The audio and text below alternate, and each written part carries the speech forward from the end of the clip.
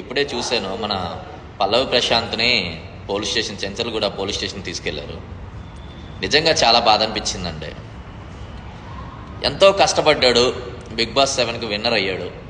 ప్రతి ఒక్కళ్ళం ఒక రైతు బిడ్డ గెలిచాడు అనుకున్నాను. ఆ ఆనందం 2 రోజులు కూడా లేదండి పాపం తనకి. ఒక పక్క మీడియా, ఇంకొక పక్క పోలీసులు వాళ్ళు, ఇంకొక పక్క ఆ ఎదవలు. తెలుసు కదా ఎదవలు ఎవరు. ఆ కారద్దాలు అవి పగలు కొట్టడం ఏంటి, వాళ్ళు పగలు కొట్టడం ఏంటి, పాపం ఇతన్ని తీసుకెళ్లడం ఏంటో నాకు అసలు ఇప్పటికీ అర్థం కావట్లేదు.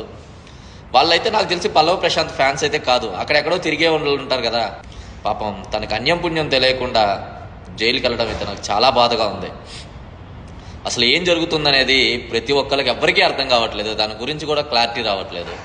నాకైతే ఆ వీడియో చూడగానే చాలా బాధ అనిపించింది. ఒకసారి ఆ వీడియో చూడండి ప్రతి ఒక్కరు.